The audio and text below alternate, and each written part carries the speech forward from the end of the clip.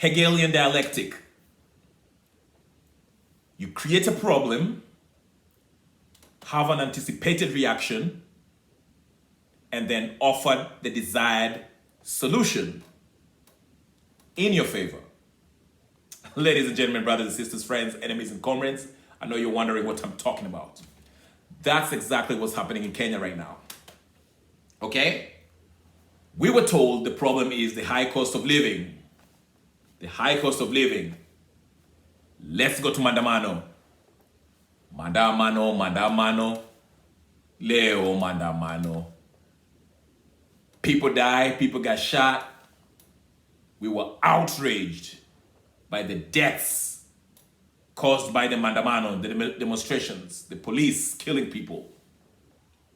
Then what's the solution? We were told the solution to all this is we have to accommodate the opposition, create the official office of the opposition. That's the solution. Ladies and gentlemen, brothers and sisters, friends, enemies and comrades, I present to you BBI. The very BBI that you rejected is back on the agenda. Currently in Kenya, we're having talks. We are going to have talks between two factions, Azimio and Kenya Kwanza. Apparently, the bipartisan dialogue committee did not work out. And that's why we went to Mandamano. People went to Mandamano, okay? And so we had all those atrocities, and here we are. We are going to have another fresh talks with a new team of 5 each from each side, a 10-man talk, to be mediated by none other than Olusegun Obasanjo from Nigeria. Now, ladies and gentlemen, ask yourselves this, and I know you people are very intelligent, okay?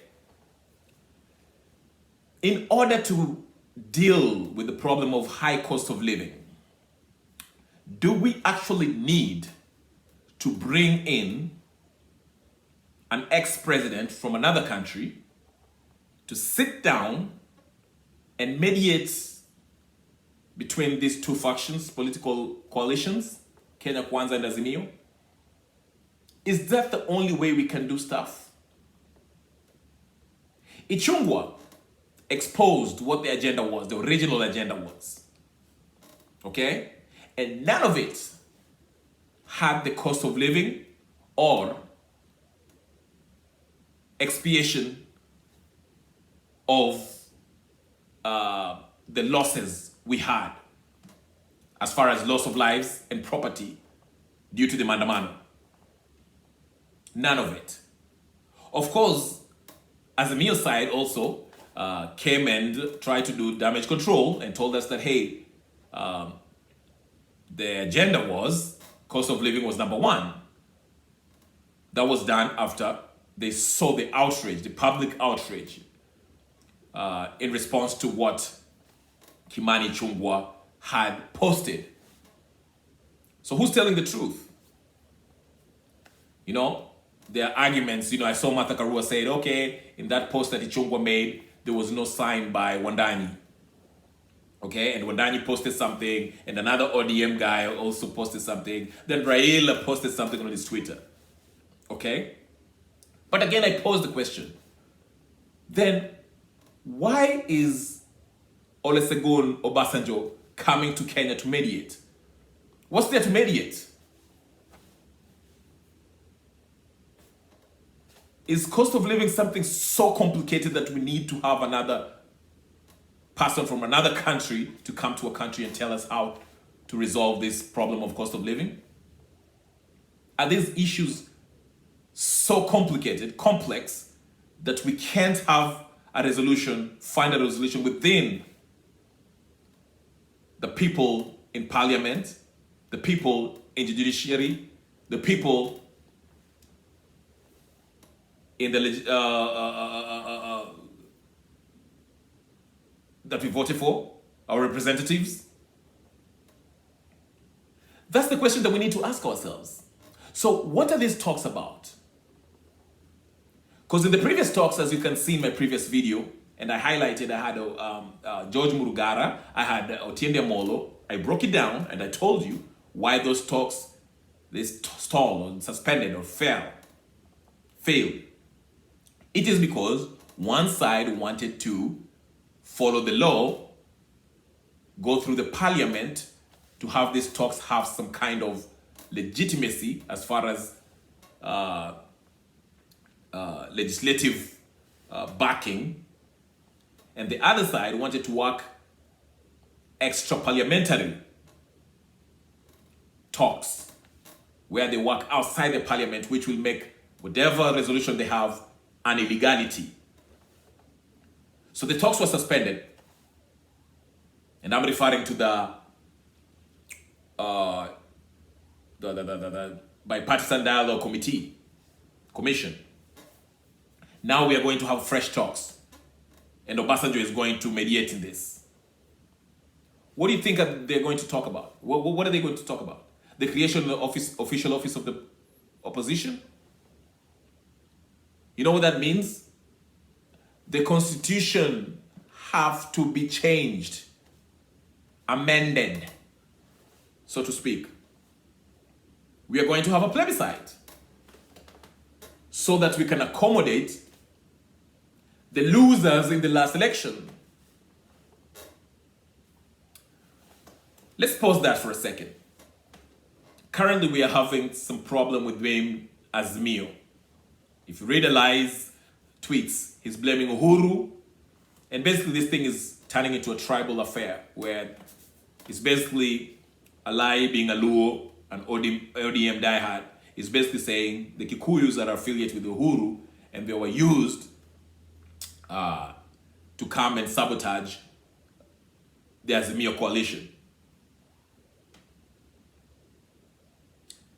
I don't know if that's true, but Raila Odinga hasn't said anything. I saw him at the press conference where Munya was talking and Raila Odinga had to walk out. Perhaps he disagreed with what was said. I don't know. What I'm saying is this, and I've always maintained this.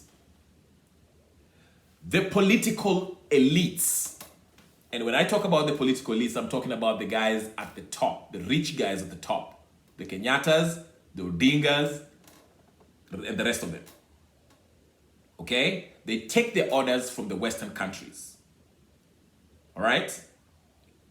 And then they implement it by using the useful idiots, the Munyas, the Alais, the Babuenos, the Karuas.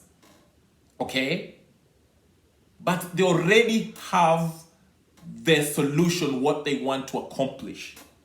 They tried through BBI and it failed. Okay? These guys are all in the same club. Their agenda, their interest is different from the interest of the common wananchi. They want to maintain power. They don't want anyone to rise from the bottom. Listen, ask yourself this. Ruto has been in power for what? Almost a year now? Can you name one person from the previous government that he has prosecuted for economic crimes? Or even Matiang'i. Matiang'i got away with everything. And Matiang'i during Kenyatta was gunning Luos in Kisumu, dumping bodies in Rivayala. No one had a vigil for those guys in 2017. None.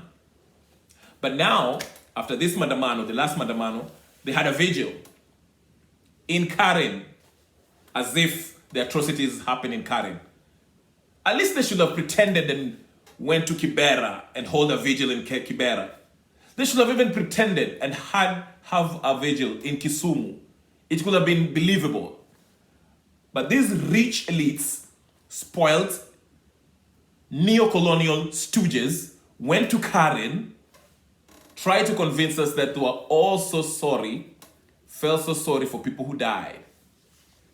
While they're the very people who created this problem anticipated the reaction by the people, and now they're offering a solution to be Government of National Unity, aka BBI, aka Nusum Kante, aka Power Sharing Arrangement.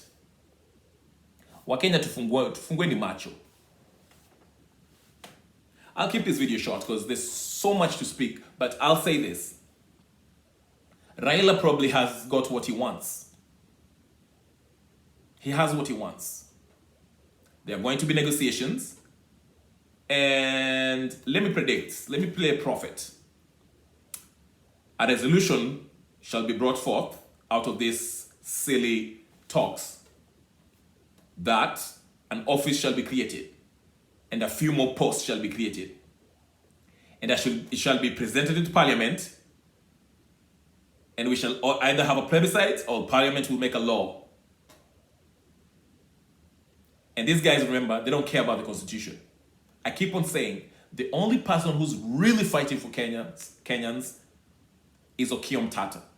The rest of these jokers are a bunch of clowns, con men. But I'll stop there. I don't want to go on a rant because I didn't even have my thoughts in order. I just wanted to say this. They are applying the Hegelian dialectic. They told us what the problem was. They anticipated the reaction by the people.